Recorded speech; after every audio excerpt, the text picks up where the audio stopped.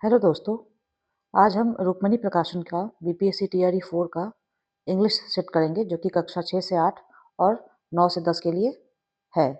इस सेट में प्रश्नों की संख्या 150 होगी, जिसमें भाग 1 भाषा का होगा, इसमें 30 प्रश्न होंगे। भाग 2 में समान अध्ययन के 40 प्रश्न होंगे और भाग 3 में इंग्लिश के 80 प्रश्न होंगे। परीक्षा की अवधि जो है वो 2.5 घंटे की होती है और कुल अंक 150 होते हैं। तो आइए हम प्रथम भाग शुरू करते हैं जो कि भाषा का भाग है और जिसमें 30 क्वेश्चन है। यहाँ आप देख सकते हैं एक इंग्लिश का पैसेज दिया हुआ है और इसके बेसिस पे कुछ प्रश्न हमारे दिए होंगे। तो इसको सॉल्व करने का सबसे सही तरीका है कि सबसे पहले हम जो क्वेश्चंस दिए होते हैं उनको देखते हैं। तो यहाँ इन्होंने पूछा है what is the role of Lakshmi in this story. तो इसको हम अंडरलाइन कर लेंगे सबसे पहले, role of Lakshmi. Okay, next question में क्या है, how did the thief enter the house of Dhanpat Rai. चोर धनपत राय के घर में कैसे घुसा, ये एक क्वेश्चन होगा। थर्ड है, where was the jewellery actually kept. Jewellery कहाँ रखा हुआ था। फोर्थ क्वेश्चन है, what was the quality of the thief. मतलब चोर के क्या गुण थे, quality of the thief.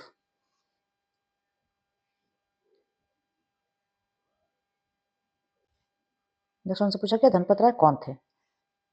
Next है इंडिया का, अच्छा ये हो गया, यहीं तक है क्वेश्चन नंबर 5 तक। तो क्वालिटी ऑफ थीफ, ज्वेलरी कहाँ रखा था, कैसे एंटर हुआ चोर धनपत राय के घर में, और लक्ष्मी का रोल क्या है इस स्टोरी में। तो आइए हम इसको पढ़ते हैं। जो पैसेज दिया है वो है, in a small hill town there lived a thief. एक छोटे से हिल टाउन में एक चोर रहता था। He was very smart and before breaking in to houses for theft he use to enquire about life styles of people staying in that house. Means वो जो चोर था वो बहुत स्मार्ट था और किसी भी घर में घुसने से पहले वो इंक्वायरी कर लिया करता था कि वहाँ रहने वाले लोग का लाइफस्टाइल क्या है। Then at the end of the night he use to commit the theft. Means तब रात खत्म होने के जस्ट पहले या रात खत्म होने से के समय वो अपना चोरी को अंजाम देता था। Dhanpat Rai was a money lender living in the same town. अब एक क्वेश्चन आपने वहां देखा था कि धनपत राय कौन था, तो यहाँ पे जो आंसर होगा उसका देखिए, हु वॉज धनपत राय। ठीक है, तो धनपत राय कौन थे, तो वो मनी लेंडर थे, ये तो सही होगा। Next, he was thrifty and never wasted money. Means वो कंजूस भी था। He had a daughter named Lakshmi. Means Lakshmi का पिता भी था। ठीक है, तो यहाँ पे आप देख रहे हैं धनपत राय की 2 क्वालिटी उस आंसर में मैच कर रही है। एक चीज वो मनी लेंडर था और दूसरा वो लक्ष्मी के पिता थे। तो यहाँ आंसर सही हो जाएगा, more than one of the above. अब आगे पढ़ते हैं, देखते हैं हमें कौन क्वेश्चन फिर से मिलता है answer.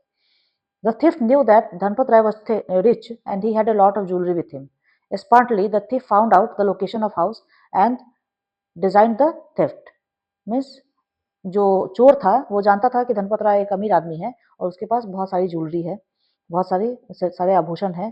Smartly means smart way में जैसे वो काम करता था, उसने लोकेशन पता किया कि घर कहाँ पे है उनका, और फिर प्लान किया थेफ्ट की कैसे चोरी की जाए। One night, getting up to the roof of the house, he started removing the roof covering made of earthen tiles. Means एक रात वो क्या किया, घर के छत पे चढ़ गया और started removing the roof covering made of earthen tiles। और जो खपड़े का जो रूफ कवरिंग था उसको हटाने लगा।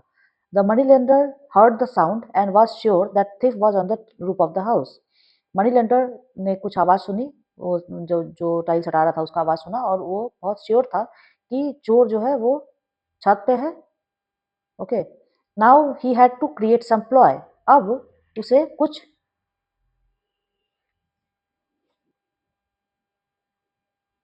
प्लॉय मीन्स होता है, अब उसे कुछ तिकड़म, प्लॉय मतलब तिकड़म मीन्स कनिंग प्लान बनाना था। He hit upon a plan, वो एक प्लान उसके दिमाग में आया। Lakshmi Lakshmi he called out to his daughter who was sleeping. उसने अपनी बेटी को पुकारा और कहा, Lakshmi, I hope our money box and jewellery are kept in the ceiling. उसने कहा अपनी बेटी से कि मुझे आशा है और मुझे ये लगता है कि हमारा जो मनी बॉक्स मीन्स पैसे से भरा बक्सा और ज्वेलरी जो है वो छत में छुपा है। मिसलेड बाय दिस प्लॉय, इस तिकड़म से मिसलेड हो गया वो चोर, मतलब उसका जो रास्ता था वो भटक गया actually. The thief assume that there was a ceiling beneath the roof. चोर ये सोचने लगा, उसने अज्यूम किया कि एक सीलिंग होगा रूफ के नीचे, एंड जंप डाउन, और कूद गया। To his dismay he fell 15 feet on to the floor. और जैसे ही वो कूदा, असल में कुछ था नहीं वहां पे सीलिंग, कुछ रूफ के नीचे, इसलिए वो नीचे गिर गया और उसने अपनी टांगे तोड़ ली, क्योंकि सीलिंग कोई एग्जिस्ट ही नहीं करता था। अब आइए हम लोग क्वेश्चन का आंसर दें। What was the role of Lakshmi in this story? First option है कि she called people and scared the thief. नहीं, ऐसा कुछ नहीं हुआ था। Lakshmi sent the people for police, ऐसा भी नहीं हुआ था। Her name was use to misguide the thief, ये सही है, क्योंकि लक्ष्मी नाम की कोई बेटी थी ये तो पता है, लेकिन वहां पे जब चोर आया और उसके पिता ने लक्ष्मी का नाम लेकर थीफ को मिसगाइड किया था, तो ये ऑप्शन सही है। Next, how did the thief enter the house of Dhanpat राय?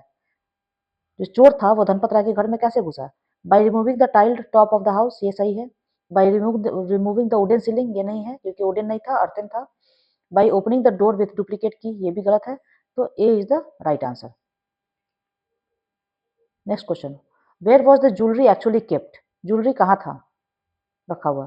तो यहाँ पे एक्चुअली ज्वेलरी कहाँ रखा था ये तो बोला था धनपत राय ने चोर को सुनाने के लिए कि वो छत पे रखा है, सीलिंग में रखा है, लेकिन ये क्लियर नहीं है कि एक्चुअली वो कहाँ रखा था, तो it is not clear in the passage. What was the quality of the thief? He was an expert in removing roof tops, ऐसा कहीं नहीं लिखा है। एक इंस्टेंस दिया है कि हाँ वो रूफ टॉप को हटा के और तब अंदर घर में घुसने की कोशिश कर रहा था।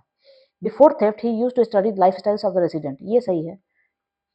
पैसेज में लिखा है कि चोरी से पहले जो थीफ था वो लोगों के लाइफस्टाइल के बारे में पता करता था। He was accurate in identifying the victim, ये भी कहीं लिखा नहीं है, तो option B is the correct option. Who was Dhanpat Rai, ये हम लोग सॉल्व कर चुके हैं। अब कुछ जीएस का क्वेश्चन है इसमें। India's first prime minister was, who was India's first prime minister? It is Jawaharlal Nehru. Fill in the blanks with appropriate article, यहाँ पे लिखा है dash gold of America is valuable. यहाँ गोल्ड ऑफ अमेरिका एक विशेष गोल्ड के रूप में यूज किया गया है, सिर्फ उसी गोल्ड की बात की जा रही है, तो यहाँ होगा D. Fill in the blanks with appropriate pronoun, यहाँ एप्रोप्रिएट प्रोनाउन यूज करना है। It is dash who was severely punished, यहाँ पे क्या होगा? यहाँ होगा he, it is he who was severely punished. अब हमारा क्वेश्चन है हिंदी लैंग्वेज का, 9 से 18। इस गद्यांश के लिए आंसर है 9 से 18 के बीच में। ओके, तो यहाँ हम पहले गद्यांश पढ़ते हैं। राष्ट्र, यहाँ भी सेम होगा, पहले क्वेश्चन हम लोग पढ़ेंगे उसके बाद आंसर पढ़ेंगे, तो आइए हम क्वेश्चन ही पहले पढ़ लेते हैं। उपयुक्त गद्यांश का सर्वाधिक उपयुक्त शीर्षक क्या होगा? मीन्स इस गद्यांश को सबसे सही क्या टाइटल देना सही होगा? ये पहला है उपयुक्त शीर्षक। नेक्स्ट है अभिव्यक्ति शब्द का अर्थ क्या है? अभिव्यक्ति का मतलब क्या होता है? इसका मतलब तो प्रकट करना होता है, ये हम ऐसे ही आंसर कर सकते हैं।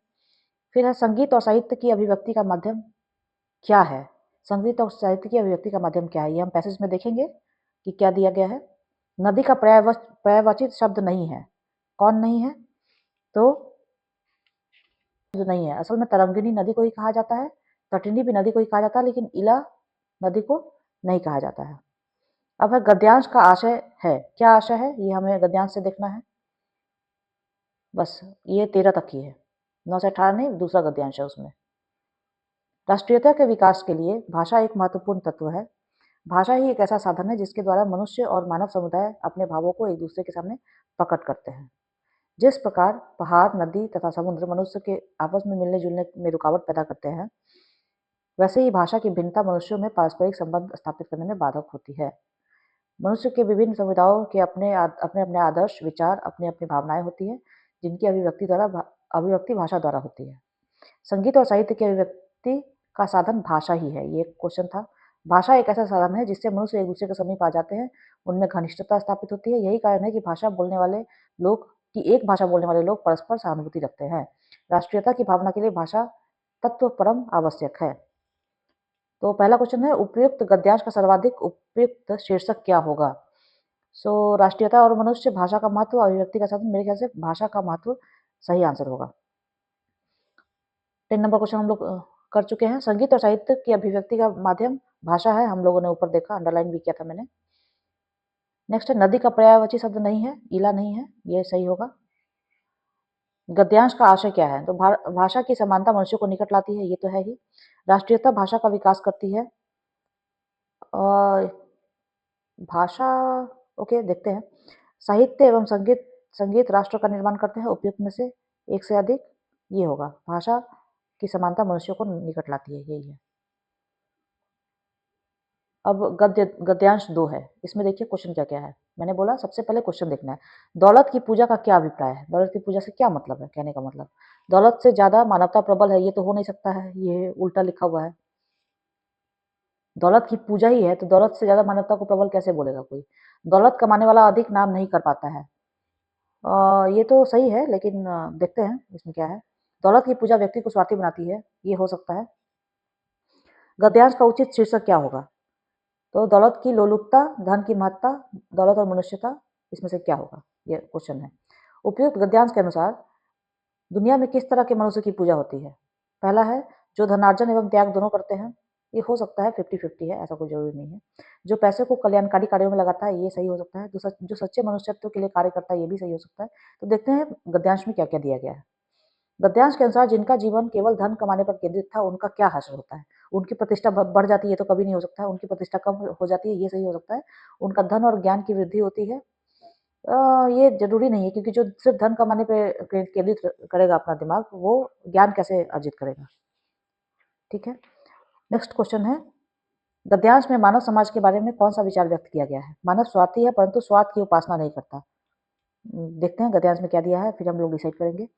मानव समाज स्वार्थी नहीं है, परंतु स्वार्थ की उपासना करता है। अच्छा, इसमें कहा गया स्वार्थी है, इसमें कहा गया स्वार्थी नहीं है, ये डिफरेंस है। देखते हैं क्या कहा है पैसेज में। मानव समाज स्वार्थी है और स्वार्थ की अवहेलना करता है। देखते हैं क्या कहा है। स्वार्थ और उपासना, मतलब स्वार्थी है कि नहीं और स्वार्थ की उपासना करता है कि नहीं, यही क्वेश्चन है। दुनिया में दौलत ही सब कुछ नहीं है, धन की पूजा तो बहुत कम जगहों में होती है। दुनिया का इतिहास उठाकर देखिए, उदाहरण ढूंढ ढूंढ कर सामने रखिए, तो आपको विदित हो जाएगा कि हम जिनकी उपासना करते हैं, जिनके लिए हम आंखें बिछाने को तैयार रहते हैं, जिनकी स्मृति तरोताजा रखने के लिए हम अनेक तरह के स्मारक चिन्ह बनाकर खड़े करते हैं, उन्होंने पैसा कमाने में अपना समय नहीं बिताया था, बल्कि उन्होंने कुछ ऐसे काम किए थे जिनकी महत्ता हम रुपये से अधिक समझते हैं। जिन लोगों के जीवन का उद्देश्य केवल रुपया बटोरना है, उनकी प्रतिष्ठा कम हुई है, ये क्वेश्चन था। अधिकांश अवस्थाओं में उन्हें किसी ने पूछा तक नहीं है। उन्होंने जन्म लिया, रुपया कमाया और परलोक की यात्रा की, किसी ने जाना तक नहीं कि वे कौन है थे और कहाँ गए। मानव समाज स्वार्थी अवस्था है, ये दिया गया स्वार्थी है, स्वार्थी नहीं है वाला ऑप्शन गलत हो जाएगा। पर वह स्वार्थ की उपासना नहीं जानता, स्वार्थ की उपासना नहीं जानता, याद रखेंगे। अंत में वे पूजे जाते हैं जिन्होंने अपने जीवन को अर्पित करते समय सच्चे मनुष्यत्व का परिचय दिया है। तो यहाँ क्वेश्चन में हम लोग देखेंगे क्या है। दौलत की पूजा से क्या अभिप्राय है? तो दौलत की पूजा से अभिप्राय है कि दौलत कमाने वाला अधिक नाम नहीं कर पाता। दौलत की पूजा व्यक्ति को स्वार्थी बनाती है, ये होगा। दौलत कमाने वाला अधिक नाम नहीं कर पाता है। गद्यांश का उचित शीर्षक क्या होगा? तो गद्यांश का उचित शीर्षक होगा दौलत की लोलुपता, धन की महत्ता, दौलत और मनुष्यता, क्योंकि यहाँ मनुष्यता और दौलत की बात की गई है। दौलत और मनुष्यता सही होगा। उपयुक्त गद्यांश के अनुसार दुनिया में किस तरह के मनुष्य की पूजा होती है?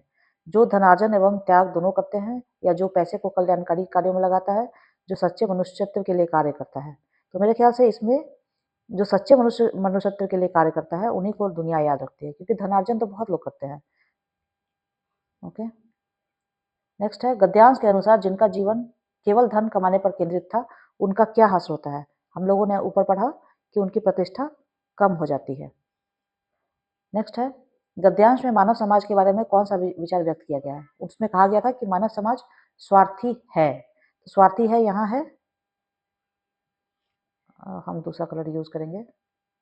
स्वार्थी है यहाँ है और स्वार्थी है यहाँ है। ओके, परंतु स्वार्थ की उपासना नहीं करता, स्वार्थ की अवहेलना करता, ये आंसर सही है, स्वार्थ की उपासना नहीं करता। तो ऑप्शन ए सही होगा। तो ऑप्शन ए सही होगा। नेक्स्ट, अनुपात शब्द में कौन सा उपसर्ग है, ये क्वेश्चन है। तो अनुपात शब्द में असल में अनु जो है वो उपसर्ग है। निम्नलिखित शब्दों में पुल्लिंग शब्द की पहचान कीजिए। कड़वाहट, चाय, बचपन। बचपन यहाँ पुल्लिंग शब्द है, कड़वाहट और चाय स्त्रीलिंग है। कबूतर दाने चुगते हैं, वाक्य के रेखांकित शब्द के उपयुक्त पर्यायवाची शब्द बताइए। कबूतर को कपोत भी कहा जाता है और पंडुक भी कहा जाता है। पंडुक क्यों?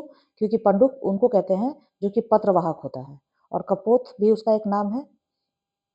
ये करब जो है ये ऊंट का पर्यायवाची है। ठीक है, तो इस पे आंसर हो जाएगा डी, उपयुक्त में से एक से अधिक। हिंदी वर्णमाला में अंग और अह क्या है? तो हिंदी वर्णमाला में अंग और अह जो है वो अयोगवाह है, अनुस्वार है।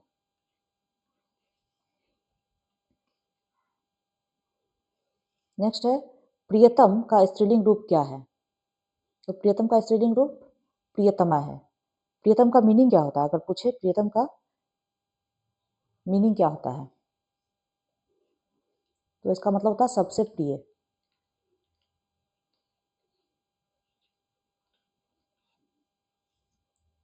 नेक्स्ट है, अपेक्षा शब्द के समानार्थी शब्द का चयन नीचे दिए गए विकल्पों में से कीजिए। अपेक्षा शब्द जो है इसका मीनिंग होता है इच्छा, कामना, आकांक्षा, अभिलाषा,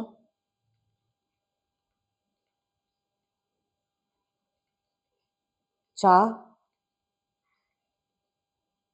आवश्यकता, ये सब उपेक्षा शब्द का समानार्थी शब्द है। तो इसका आंसर हो जाएगा आकांक्षा। आप देख रहे हैं आकांक्षा मीन्स क्या इच्छा है। आदर, निरादर ये उपेक्षा शब्द का समानार्थी शब्द नहीं होगा। तत्सम शब्द है। अब देखिए यहाँ पे 3 शब्द दिया गया है। क्या है? गोपाल, गेहूं, गधा। गोपाल का तत्सम शब्द होता है ग्वाल।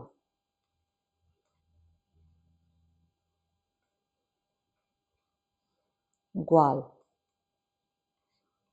गेहूं जो है वो एक तद्भव शब्द है, इसका जो तत्सम शब्द होता है गोधुम।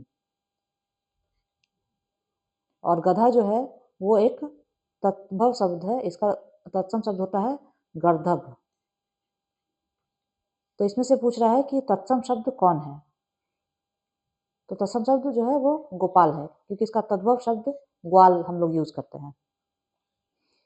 नेक्स्ट है, दिए गए विकल्पों में से तद्भव शब्द का चयन कीजिए। यहाँ भी 3 वर्ड है हमारे पास, बाह, दुग्ध,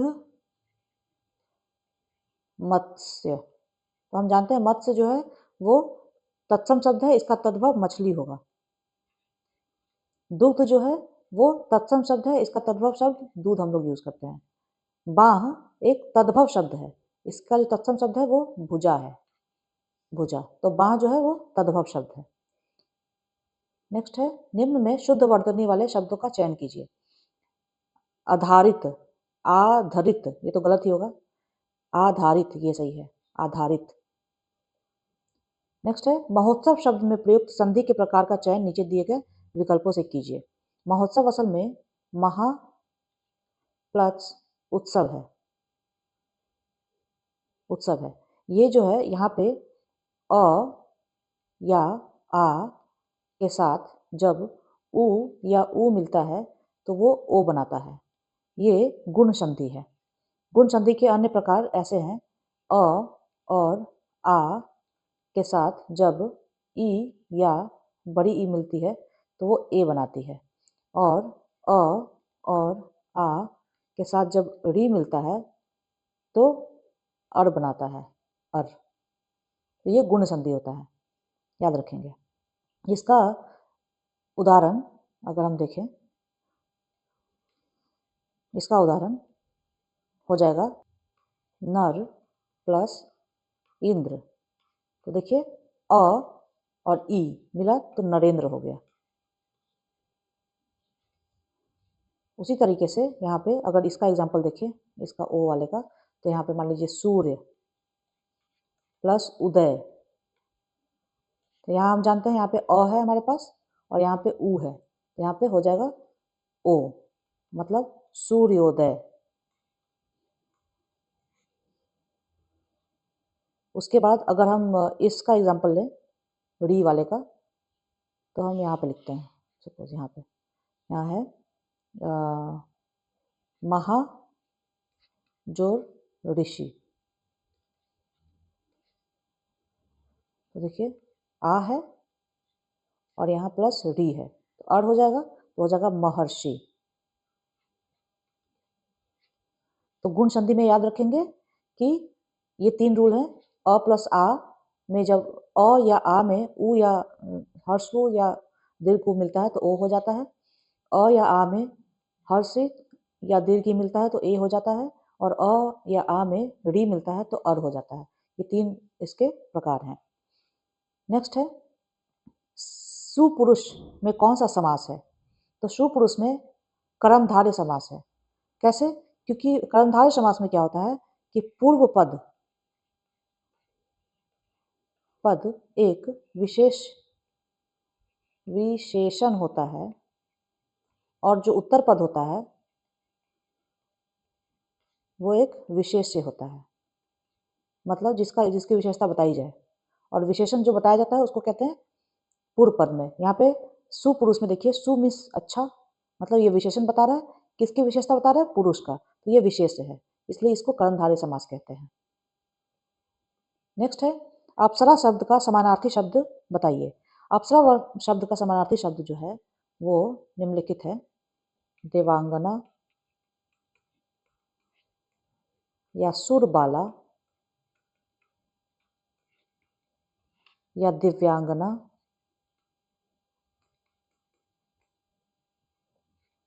या सुर सुंदरी। ओके, तो यहाँ पे देव बाला भी उसको कह सकते हैं, मीन्स देवताओं की बाला की लड़की, उसको अप्सरा कहते हैं। नेक्स्ट है, अब हमारे पास 30 क्वेश्चन हो गए भाषा के, जिसमें कि अंग्रेजी भाषा और हिंदी भाषा दोनों थी। अब है जनरल स्टडीज का क्वेश्चन। इसमें देखिए क्वेश्चन पूछा गया है, ये विज्ञान से क्वेश्चन है, साइंस से। विराम अवस्था में स्थित एक पिंड एकाएक दो बहुत सारे टुकड़ों में बंट जाता है, फटने से बने टुकड़ों का संवेग का योगफल क्या होगा? तो हम जानते हैं कि विराम अवस्था में ये ऑब्जेक्ट पहले था, तो इसका मतलब इसका संवेग उस समय 0 था, 0 था।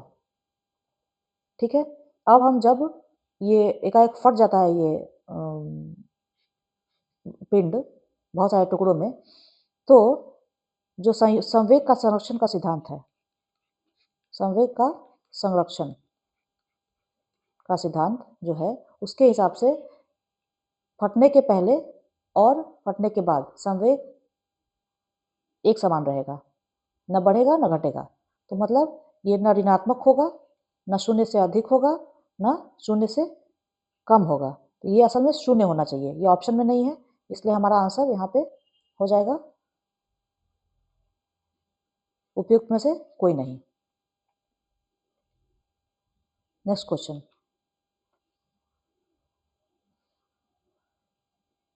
वह कौन सा गैस है जो CaO से अभिक्रिया करता है लेकिन NaHCO3 से अभिक्रिया नहीं करता है? तो यहाँ पे CaO से अभिक्रिया करता है CO2। इसका रिएक्शन मुझे पता होना चाहिए, आपको पता होना चाहिए।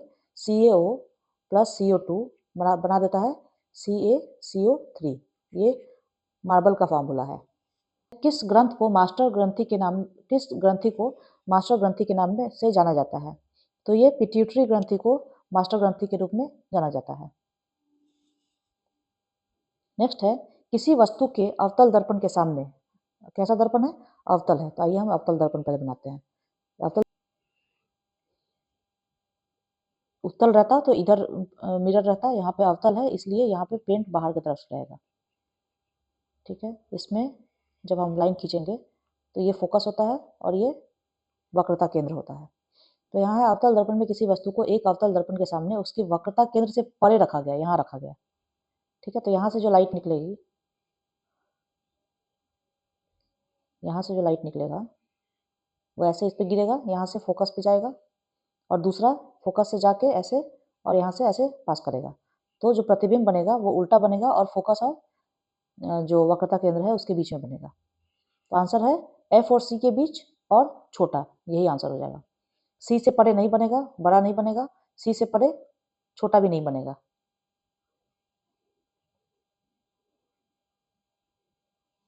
नेक्स्ट क्वेश्चन है, इनमें से कौन सा पुष्प के नर जनन अंग का घटक नहीं है? अब किसी भी पुष्प के नर जनन अंग होते हैं और मादा जनन अंग होते हैं। तो उनका लिस्ट अगर हम बनाएं तो आइए हम पहले उनका लिस्ट बना लेते हैं ताकि कहीं से भी पूछा जाए हमें आंसर मालूम हो। पहला है नर जनन अंग, इसको कहते हैं एंड्रोसियम, इसको पुमंग भी कहते हैं। इसके डिफरेंट पार्ट्स होते हैं। एक होता है एंथर, मतलब परागकोश।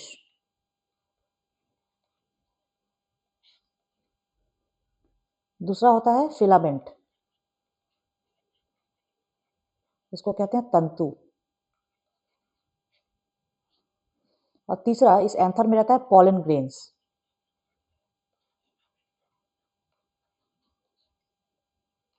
इसको पराग कण भी कहते हैं।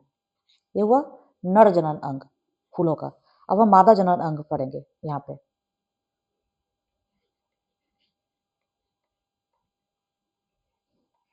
जाइनोसियम या गाइनोसियम, ये इसको कहते हैं जयांग।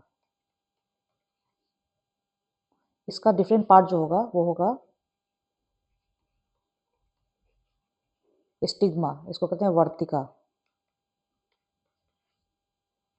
सेकेंड है स्टाइल, सॉरी वर्तिकाग्र, ये गड़बड़ हो गया।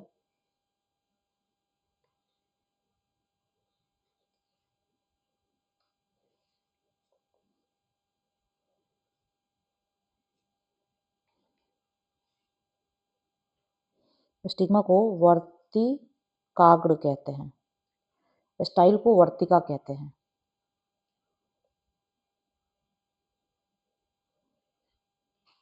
और होता है ओवरी, ओवरी मतलब अंडाशय।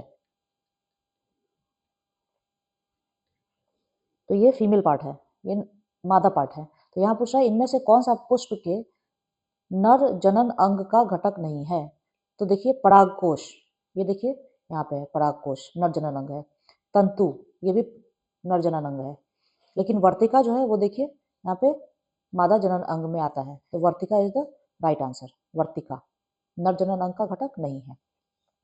नेक्स्ट क्वेश्चन है, वन्य जीवों के लिए निर्दिष्ट वह क्षेत्र जिसमें पारिस्थितिक तंत्र और प्राकृतिक संसाधनों तक उनकी अबाध्य पहुंच होती है, वो क्या कहलाता है? वो कहलाता है राष्ट्रीय उद्यान। तो ये किस नियम के अंतर्गत आता है या किस कानून के अंतर्गत? ये है वन्य संरक्षण अधिनियम, जो कब आया था? 1972 में। उसके अनुसार कोई भी राज्य सरकार जो है किसी भी क्षेत्र को राष्ट्रीय उद्यान घोषित करती है। नेक्स्ट है, निम्नलिखित में से कौन सा विकल्प धमनियों की विशेषता का सही वर्णन करता है? हमारे सर्कुलेटरी सिस्टम में दो तरह की चीजें होती हैं, एक होती है धमनियां और एक होती है शिराएं। हम लोग इसको यहाँ लिखेंगे धमनी और एक यहाँ पे हम शिरा लिखेंगे। धमनी जो होता है वो शुद्ध ऑक्सीजन युक्त O2 युक्त रुधिर को हृदय से शरीर के अन्य अंगों में पहुंचाता है। तो ये शुद्ध रुधिर को पहुंचाता है। शिरा जो है वो शरीर के विभिन्न अंगों से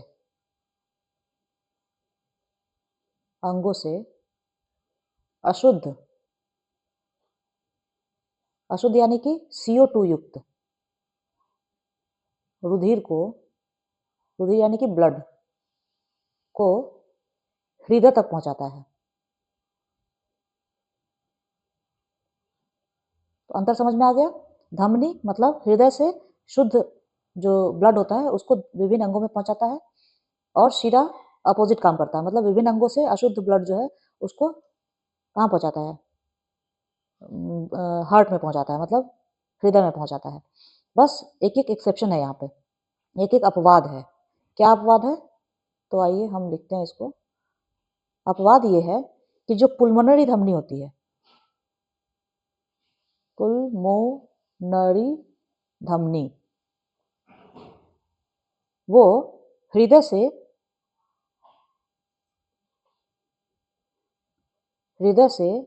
कहाँ ले जाती है ब्लड?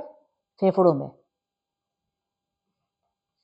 ये लेकिन अशुद्ध होता है। ये एक ही धमनी ऐसी है जो अशुद्ध ब्लड को कैरी करती है, कहाँ? हृदय से फेफड़ों में, ताकि वहां पे शुद्ध किया जा सके। हृदय से हर जगह जा रहा है, पूरे शरीर में जा रहा है, लेकिन जो पुल्मोनरी धमनी सिर्फ एक ही ऐसी धमनी है जो कि अशुद्ध ब्लड को हृदय से फेफड़ों में ले जा रही है। उसी तरह यहाँ पे शिराएं अशुद्ध खून को कैरी करती हैं, रुधिर को, लेकिन सिर्फ पुल्मोनरी शिरा जो होती है वो फेफड़ों से हृदय में ले जाती है ब्लड को। लेकिन ये क्या होता है, देखिए सारा का सारा अशुद्ध था, लेकिन यहाँ पे ये शुद्ध होता है। यहाँ पे सारा का सारा शुद्ध था, लेकिन ये केवल अशुद्ध होता है। समझ आया? अब हमारे पास ऑप्शंस है। मोटी भित्तियां होती है किसके बारे में? धमनियों के बारे में। ऑब्वियसली जब पूरे बॉडी में ले जाना है ब्लड को तो मोटी भित्ती तो होगी ही। रक्त का प्रवाह निम्न दाब के तहत होता है, नहीं, निम्न दाब में अगर होगा तो फिर वो ब्लड पहुंचेगा ही नहीं पूरे शरीर में। ठीक है। वाल्व युक्त पतली भित्तियां होती है, यहाँ पतली भित्तियां नहीं हो सकती हैं। अगर पतली भित्तियां होंगी तो वो फट जाएंगी, ब्लड को ले नहीं जा पाएंगी। ठीक है। यहाँ मोटी भित्तियां होती हैं और कोई वाल्व नहीं होता। सही बात है, अगर धमनी में कोई वाल्व होगा तो फिर वो उसमें रुकावट पैदा करेगा ब्लड को ले जाने में, इसलिए कोई वाल्व नहीं होता। मोटी भित्ती इसलिए होती है क्योंकि उसको बहुत प्रेशर में और बहुत उच्च दाब में ब्लड को भेजना होता है, ताकि वो शरीर के विभिन्न अंगों में ब्लड को ले जा सके, पहुंचा सके। तो यहाँ पे ऑप्शन सी सही होगा कि जो धमनियां होती हैं उनकी भित्तियां मोटी होती हैं, कोई वाल्व नहीं होता है ताकि कोई रुकावट ना पैदा हो, और रक्त का प्रवाह उच्च दाब में होता है, निम्न दाब में नहीं। प्रेशर ज़्यादा रहेगा तभी हृदय जो है वो उस ब्लड को पूरे शरीर में पहुंचा पाएगा। नेक्स्ट है, पौधों में परिवहन की प्रक्रिया के लिए मुख्यतः विसरण को अंग्रेजी में बोलते हैं ऑस्मोसिस, उत्तरदायी होता है। हालांकि कुछ पदार्थों के परिवहन के लिए ऊर्जा की आवश्यकता होती है। तो कौन सा विकल्प एटीपी से प्राप्त ऊर्जा का उपयोग करके परिवहन किए गए पदार्थों को दर्शाता है? तो यहाँ पे भोजन, एमिनो अम्ल और हार्मोन, ये जो है ऐसा करते हैं। नेक्स्ट, किसने हाल में मिस यूनिवर्स 2024 का खिताब जीता? तो मिस यूनिवर्स 2024 का खिताब तो विक्टोरिया कजेर ने जीता है, लेकिन अभी 2025 का पूछा जा सकता है, जो कि है फातिमा बोस। ये मेक्सिको की है। हाल ही में 56 टाइगर रिजर्व कौन सा घोषित किया गया है? यहाँ पूछा गया है हाल ही में भारत का 56वां टाइगर रिजर्व कौन सा घोषित हुआ है? तो याद रखेंगे 56वां टाइगर रिजर्व जो है वो गुरु घासीदास तिमोर पिंगला टाइगर रिजर्व, ये वाला है, जो कि छत्तीसगढ़ में है। ये 2024 में हुआ था। ठीक है, 2024 में ही 57th टाइगर रिजर्व अनाउंस हुआ था, 2024 में ही। ये हुआ था कौन सा? रातापानी टाइगर रिजर्व, ये एमपी में है। फिर 58th भी अनाउंस हो चुका है, जो 2025 में हुआ है, और इसका नाम है माधव टाइगर रिजर्व। ये एमपी में है, ठीक है। और 59th शायद उड़ीसा में कोई है जो कि अनाउंस होगा, अभी तक अनाउंस हुआ नहीं है। तो याद रखेंगे 56 टाइगर रिजर्व 2024 में, और 57 2024 में ही हुआ था। एक है 56 में गुरु घासीदास तिमोर पिंगला टाइगर रिजर्व जो कि छत्तीसगढ़ में है, और रातापानी टाइगर रिजर्व जो कि एमपी में है।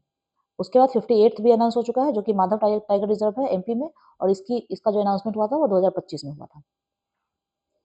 नेक्स्ट है जैव रसायन के क्षेत्र में उनके महत्वपूर्ण योगदान के लिए प्रथम विज्ञान रत्न पुरस्कार 2024 किनको दिया गया? ये दिया गया गोविंद राजन पद्मभान को, गोविंद राजन पद्माभन, इनको दिया गया। हाल ही में विश्व स्वास्थ्य संगठन ने किस देश को मलेरिया मुक्त देश घोषित किया है? तो इन्होंने मिस्र को किया है 2024 में। ओके, 2025 में इन्होंने सूरीनाम को भी किया है। ओके, नेक्स्ट है ब्रिक्स समूह के बैठक में वर्ष 2024 में कौन सा नया देश शामिल हुआ? तो ब्रिक्स का इतिहास हम लोगों को जानना बहुत जरूरी है, ये क्वेश्चन बहुत सारे एग्जाम में पूछता है। तो ब्रिक्स में सबसे पहले 2009 में इसकी स्थापना हुई, 2009 में। इसमें सबसे पहले ब्राजील, रशिया, इंडिया और चाइना थे। ये 2009 में सिर्फ 4 मेंबर थे। उसके बाद 2010 में क्या हुआ, ये अलग पेन से लिखेंगे। 2010 में इसमें साउथ अफ्रीका शामिल हुआ 2010 में। उसके बाद 2024 में क्या हुआ, इसमें ईरान, मिस्र यानी कि इजिप्ट, इथोपिया, यूएई यानी कि संयुक्त अरब अमीरात, सऊदी अरेबिया शामिल हुआ। 2025 में क्या हुआ है, इसमें इंडोनेशिया भी शामिल हो गया है। तो यहाँ देख रहे हैं हम मिस्र, ईरान और संयुक्त अरब अमीरात, ये 2024 में शामिल हुआ है, इसलिए आंसर हो जाएगा उपयुक्त में से एक से अधिक। याद रखेंगे सबसे पहले ब्राजील, रशिया, इंडिया और चाइना था 2009 में। 2010 में एक नया मेंबर ऐड हुआ इसमें, साउथ अफ्रीका, इसलिए ये ब्रिक्स हो गया, ब्रिक्स से ब्रिक्स हो गया। उसके बाद 2024 में इसका एक्सपेंशन हुआ, जिसमें ईरान, इजिप्ट, इथोपिया, यूएई और सऊदी अरबिया शामिल हुआ। ये इजिप्ट को मिस्र भी बोलते हैं। उसके बाद 2025 में इंडोनेशिया शामिल हुआ। तो आपसे पूछा जा सकता है कि 2025 में कौन सा नया देश शामिल हुआ है, तो यहाँ पे इंडोनेशिया हो जाएगा, लेकिन ये 2024 का पूछा है, इसलिए ईरान, इजिप्ट, इथोपिया, यूएई और सऊदी अरबिया होगा। हाल ही में किस देश ने भारत के किस देश ने ये आंसर एक्चुअली ये जीता है चाइना, लेकिन यहाँ पे कुछ कंफ्यूजन है, इसको मैं बाद में क्लियर करूंगी। जलियांवाला बाग हत्याकांड के विरोध में गांधी जी ने किस सम्मान को लौटाया था? तो ये जलियांवाला बाग हत्याकांड से बहुत सारे क्वेश्चन पूछे जाते हैं, जैसे कि ये जलियांवाला बाग हत्याकांड कब हुआ था? तो ये 13 अप्रैल 1919 को हुआ था। क्यों हुआ था? तो ये रॉलेट एक्ट एक था हमारा, रॉलेट एक्ट के विरोध में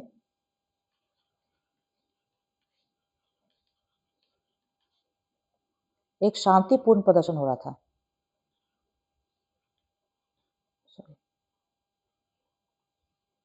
शांतिपूर्ण प्रदर्शन किया जा रहा था। ये किया जा रहा था कब? वैशाखी के मौके पर। कहाँ? अमृतसर में।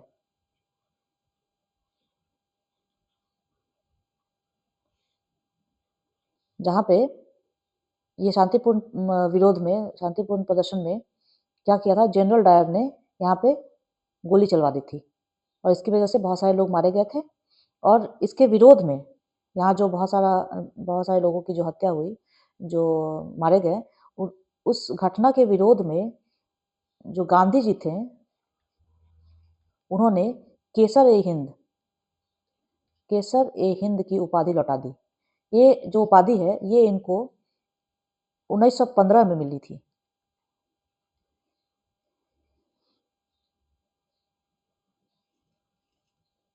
क्यों मिली थी? ये एम्बुलेंस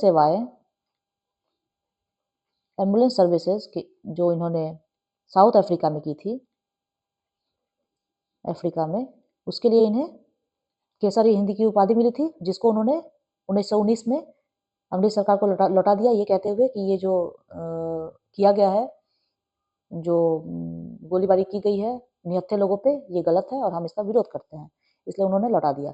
तो ऐसा भी पूछ सकता है कि केसर ए हिंद की उपाधि महात्मा गांधी को कब मिली थी? तो 1915 में मिली थी। और किस बात के लिए? तो ambulance services in south Africa, और इसको दिया था ब्रिटिश ने ही, इसलिए ब्रिटिश को ये लौटा दिया गया। दूसरा चीज एक लौटाया गया था, वो टैगोर, रविन्द्रनाथ टैगोर जी ने अपनी नाइटहुड की उपाधि लौटा दी थी। टैगोर ने नाइटहुड की उपाधि लौटा दी थी, ये भी इनको 1915 में ही मिली थी। क्यों मिली थी? ये साहित्य के लिए, और इसको जॉर्ज पंचम जो थे उन्होंने इनको दिया था, टैगोर को, उन्होंने इसको लौटा दिया 1919 में, इसी जलियांवाला बाग हत्याकांड के विरोध में। तो ऐसा पूछा जा सकता है कि जलियांवाला बाग हत्याकांड के विरोध में रविन्द्रनाथ टैगोर ने किस सम्मान को लौटाया था? तो उन्होंने नाइटहुड की उपाधि लौटा दी थी। और कब मिली थी उनको? 1915 में। गांधी को भी 1915 में ही दिया गया था, लेकिन टैगोर को साहित्य के लिए दिया गया था, और गांधी को एम्बुलेंस सर्विसेज जो उन्होंने साउथ अफ्रीका में किया था उसके लिए दिया गया था। नेक्स्ट है वन्य जीव संरक्षण अधिनियम 1972 में कितनी अनुसूचियां हैं? तो यहाँ 6 अनुसूचियां हैं। 1857 के विद्रोह से पहले दिल्ली के कोतवाल कौन थे? तो दिल्ली के कोतवाल जो थे वो गंगाधर नेहरू थे। ये गंगाधर नेहरू कौन है? ये जवाहरलाल नेहरू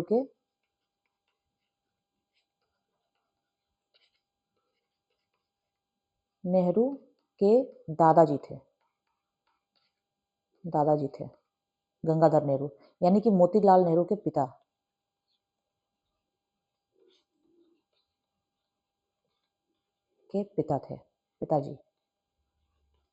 गंगाधर नेहरू, जो कि 1857 के विद्रोह से पहले दिल्ली के कोतवाल थे।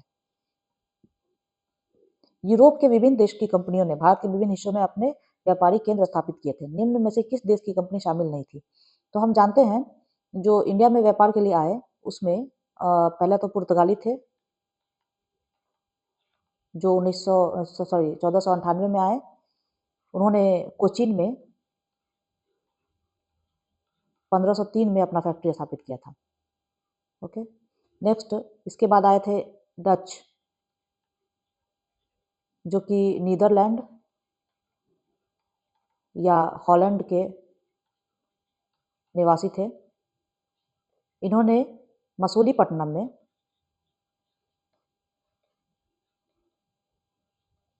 1605 में अपनी फैक्ट्री स्थापित की। नेक्स्ट इसके बाद आए थे ब्रिटिश, जो 1600 में आए थे, और इन्होंने भी मसूलीपट्टनम में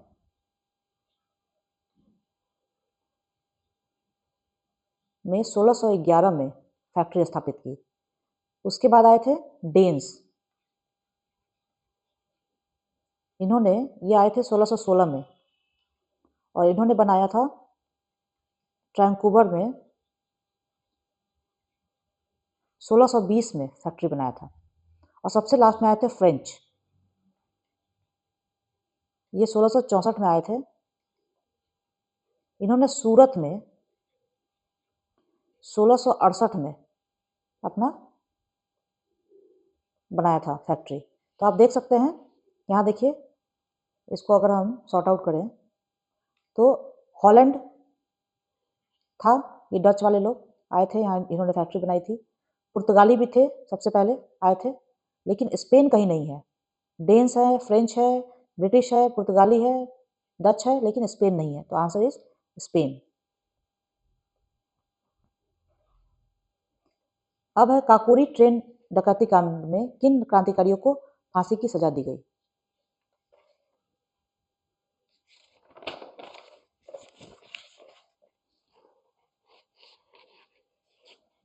अब है काकोरी ट्रेन डकैती कांड में किन क्रांतिकारियों को फांसी की सजा दी गई? तो ये राम प्रसाद बिस्मिल और अशफाक उल्लाह खान को दी गई थी। ये काकोरी ट्रेन डकैती कांड जो है वो कब हुआ था? ये 9 अगस्त 1925 को हुआ था। काकोरी जो है वो नियर लखनऊ है, लखनऊ के पास। ठीक है, इसमें ये जो राम प्रसाद बिस्मिल है ये भी पूछा जा सकता है आपसे कि इनको फांसी की सजा कब दी गई? इनको राम प्रसाद बिस्मिल को फांसी की सजा कब और कहाँ दी गई? इनको फांसी की सजा दी गई थी 19 दिसंबर 1927 को।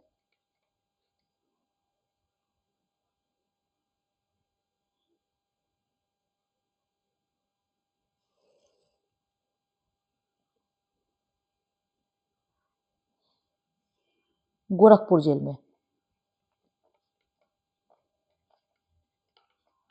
और अशफाक उल्लाह खान जो थे उनको भी सेम डेट को ही फांसी दी गई थी।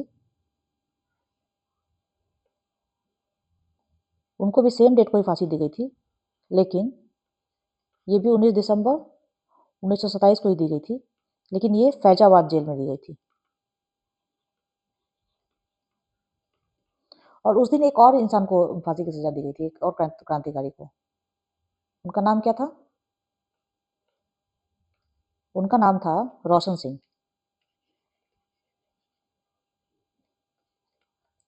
ठाकुर रोशन सिंह। इनको भी फांसी दी गई थी 19 दिसंबर को 1927 को। ये दी गई थी नैनी, इलाहाबाद जेल में। लेकिन इसका कारण जो है वो काकोरी डकैती नहीं था, ये हुआ था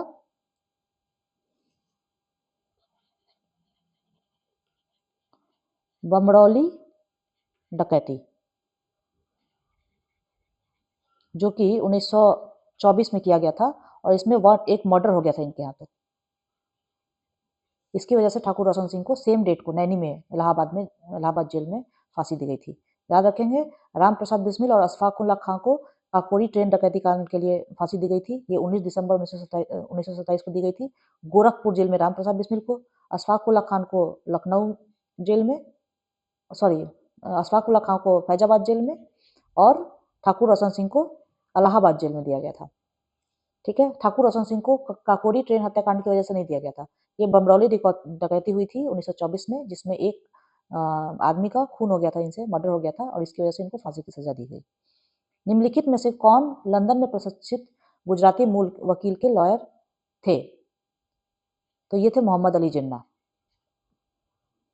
नेक्स्ट है, जवाहरलाल नेहरू ने अपने किस कांग्रेस सम्मेलन में कहा था कि भारत और विश्व की समस्याओं का एकमात्र समाधान समाजवाद है? तो ये लखनऊ में अधिवेशन हुआ था 1936 में।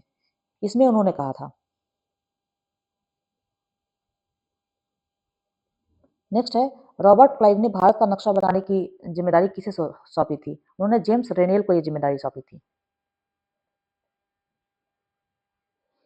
करो या मरो का नारा निम्नलिखित में से किस के साथ संबंधित है?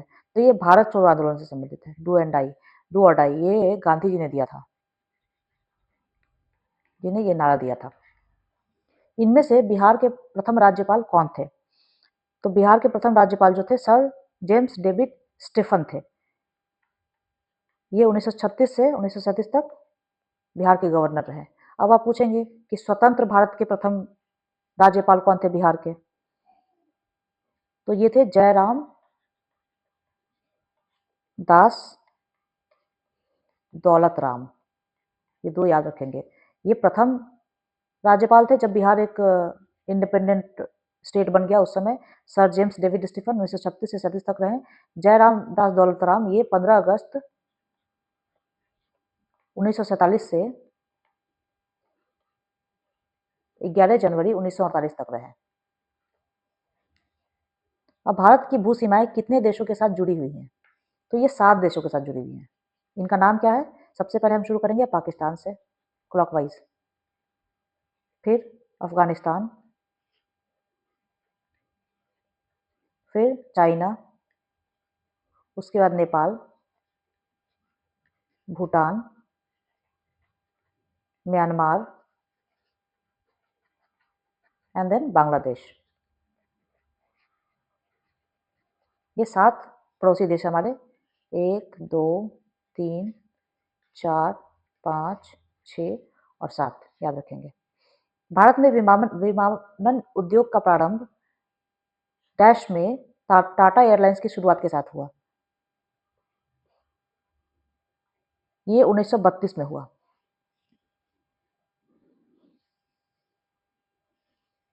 नेक्स्ट है गोदावरी के संबंध में निम्नलिखित में से कौन सा कथन गलत है। इसमें दिया गया है घाट प्रभा इसकी सहायक नदियों में से एक है, यह पश्चिमी घाट की ढलानों से निकलती है। ये गलत पूछ रहा है। इसका जल निकासी बेसिन आंध्र और कुछ अन्य राज्यों को कवर करता है, यह बंगाल की खाड़ी में गिरती है। तो इसमें ये घाट प्रभा इसकी सहायक नदी है, ये गलत है, क्योंकि घाट प्रभा जो है वो कृष्णा नदी की सहायक नदी है। ओके, नेक्स्ट है निम्नलिखित में से कौन सी भारत की एकमात्र झील है जिसका निर्माण उल्का पिंड के टकराने से हुआ है। तो ये लोनार झील है जो कि महाराष्ट्र में स्थित है। ये लोकटक झील जो है वो मणिपुर में है, याद रखेंगे। वुलर झील जो है वो कश्मीर में है। ये मीठे पानी की सबसे बड़ी झील है।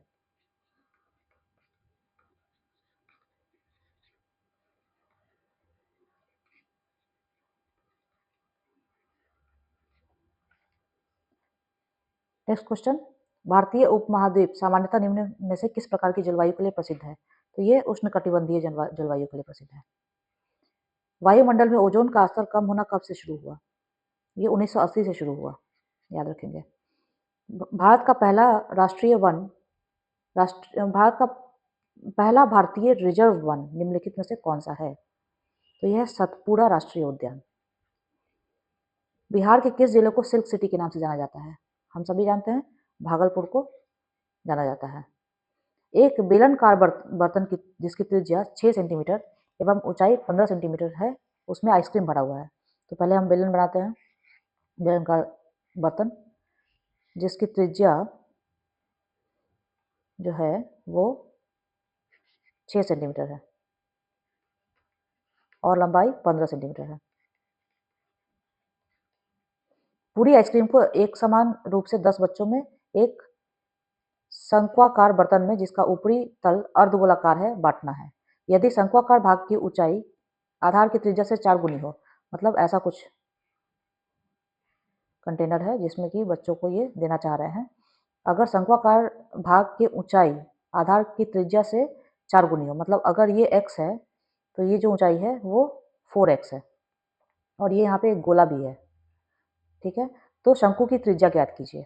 अब चूंकि ये जो है इसका जो वॉल्यूम है वो कितना हो जाएगा, वो हो जाएगा पाई आर स्क्वायर मतलब 6 स्क्वायर इंटू h 15, इसका डिवाइडेड बाई 10 है, क्योंकि हर बच्चे को 10 भाग में बांटा गया है और हर बच्चे को इक्वल पार्ट दिया गया है। तो डिवाइड बाई 10, ये जो आयतन होगा वो इसके आयतन के बराबर होगा। इसका आयतन क्या होगा, पहले तो ये प्लस होगा ये वाला शंकु का 1/3 पाई आर स्क्वायर यानी कि x square into 4x plus ये भाग है इसका क्या हो जाएगा 4/3 पाई आर क्यूब होता है स्फीयर का, इसका हो जाएगा 2/3 पाई आर क्यूब यानी कि x क्यूब।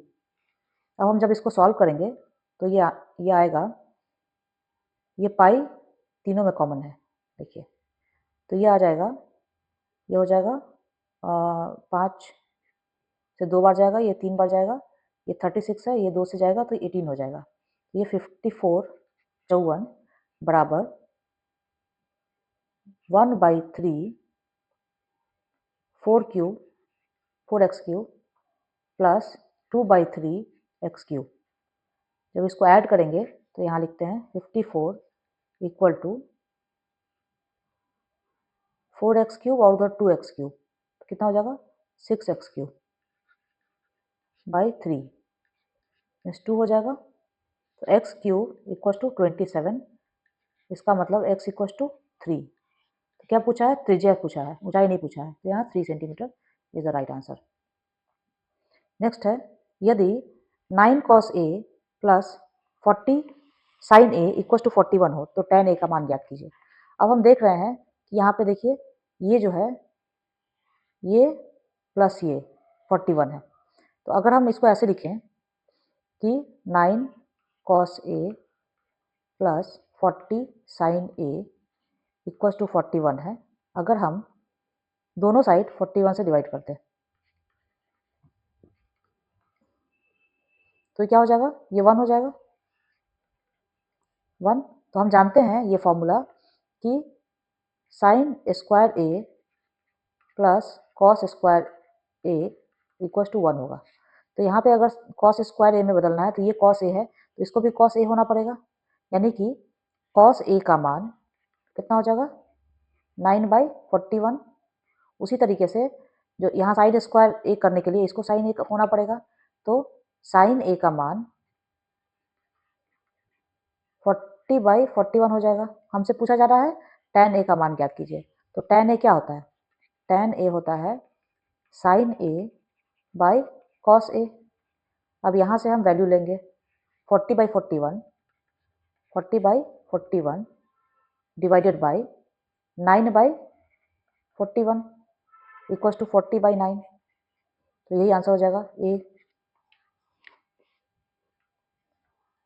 नेक्स्ट है किसी निश्चित धनराशि पर 9.5% की दर से 9.5% की दर वार्षिक दर से इतने वर्ष में प्राप्त साधारण ब्याज इतना है। तो उसी धनराशि पर इतने परसेंट वार्षिक दर पर ब्याज की दर इतने वर्ष में प्राप्त करें। तो हम जानते हैं इंटरेस्ट इक्वल्स टू PRT/100 होता है। आइए इसको हम सॉल्व करते हैं। एक निश्चित धनराशि 9.5% वार्षिक दर से इतने वर्ष में प्राप्त साधारण ब्याज इतना है, ब्याज है यानी कि आई है। तो प्रिंसिपल निकालने के लिए आई इंटू 100 बाई RT ये हो जाएगा। तो आई कितना है 3553 इंटू 100 बाई रेट है 9.5 इंटू टाइम है 5 चौका 20 2 22/5 यानी कि 22 इंटू 5। जब ये ऊपर यहाँ पे 0 हो जाएगा एक एक्स्ट्रा, 5 से ये 19, यहाँ 11 दूनी 22, 11 तिया 33, 2 5 11 दूनी 22, 11 तिया 33 इतना हो जाएगा। 9 से ये 19 से ये 17 बाद में कटेगा और यहाँ 2 से ये 500 तो 17 पचे 85 100 ये मूलधन हो गया, ये हो गया मूलधन। ठीक है, अब इसके बाद हम इसका नेक्स्ट केस में निकालेंगे कि क्या होगा मिश्र धन। मिश्र धन क्या होगा, मिश्र धन अगर कैलकुलेट करना है तो ये हो जाएगा इक्वल टू मूलधन प्लस ब्याज, यहाँ पे 8500 प्लस P इंटू आर है 8.4 इंटू टी है 15/2 इंटू 100। तो यहाँ पे अगर हम इसको सॉल्व करें तो ये 0 0 कट गया, ये 2 से ये 4.2 हो गया। अब इसको गुना करेंगे तो 8500 प्लस 85 इंटू 4.2 इंटू 15, ठीक है, इज इक्वल टू 8500 प्लस 35355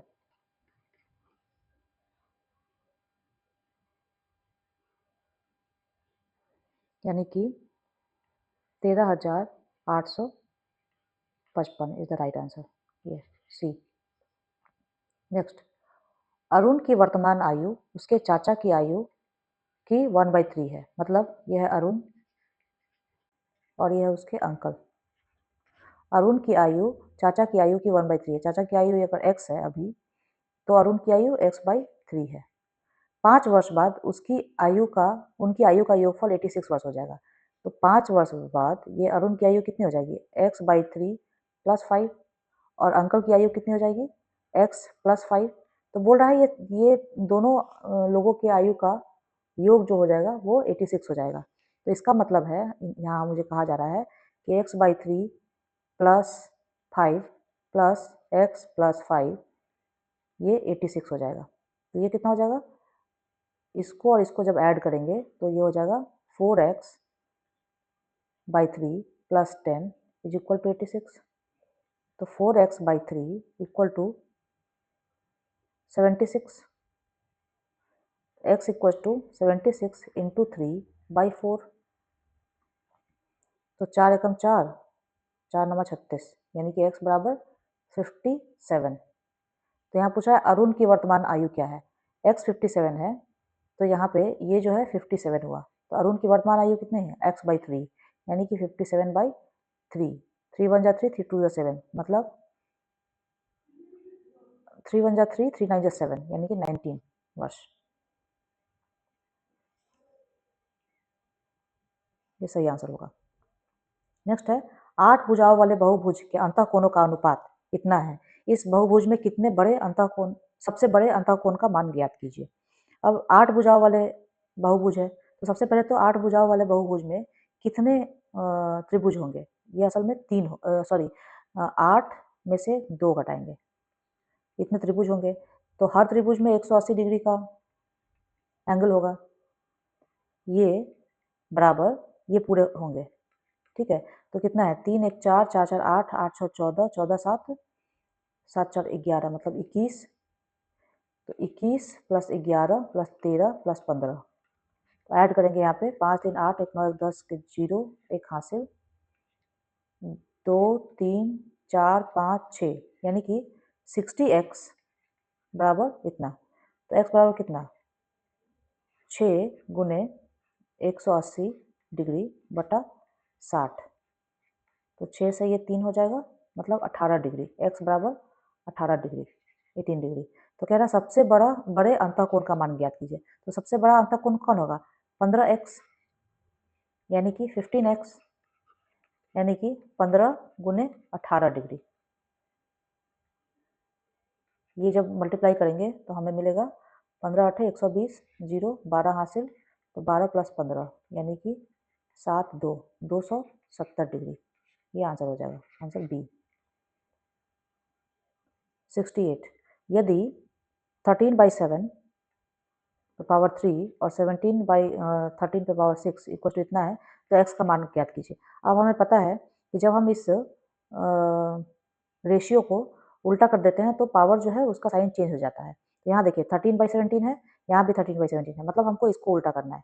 जैसे ही इसको 13/17 करेंगे तो ये हो जाएगा 6 की जगह पर क्या हो जाएगा, -6।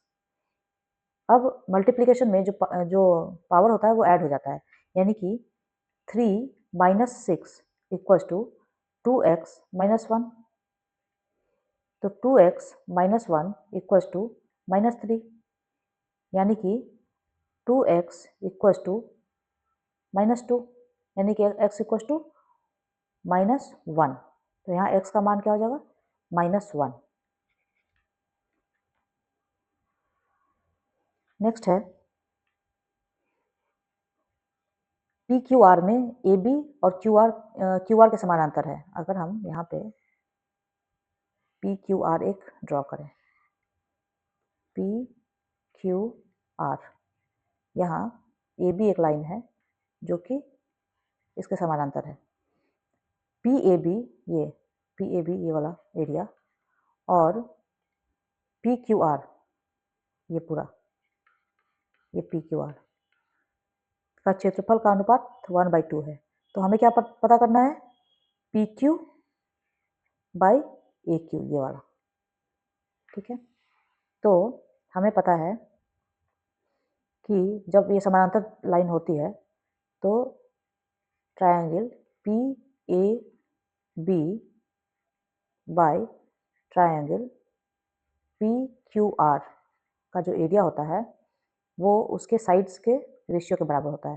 तो ये 1/2 दिया हुआ है, तो हम इसे कह सकते हैं कि P A by P Q whole square equals to 1/2, मतलब P A by P Q equal to 1/√2। अब हमें P A by P Q नहीं पता करना है, P Q by A Q पता करना है। तो पता है हमको कि P A by P Q हमें पता है।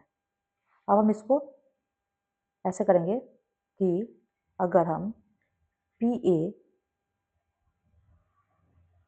इस दोनों को, देखिए ऐसे क्वेश्चंस में हम लोगों को यहाँ पे ऐसे करना पड़ता है। अगर 1 में से P A by P Q minus कर दें इधर भी, और इधर भी 1 माइनस 1 बाई रूट 2 कर दें, तो क्या होगा, ये हो जाएगा P Q minus P A by P Q equals to root 2 minus 1 by root 2। जब हम इसको देखेंगे तो कि पी क्यू में से, ये पी क्यू यहाँ से यहाँ तक है, में से जब पी ए घटाते हैं तो हमें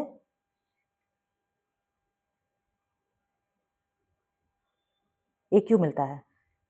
देखिए A Q by P Q equals to root 2 minus 1 by root 2 है।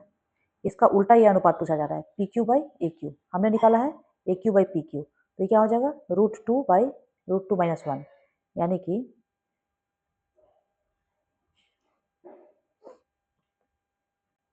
यहाँ पे देखिए किसी भी ऑप्शन में ये सही नहीं है, तो ये हो जाएगा।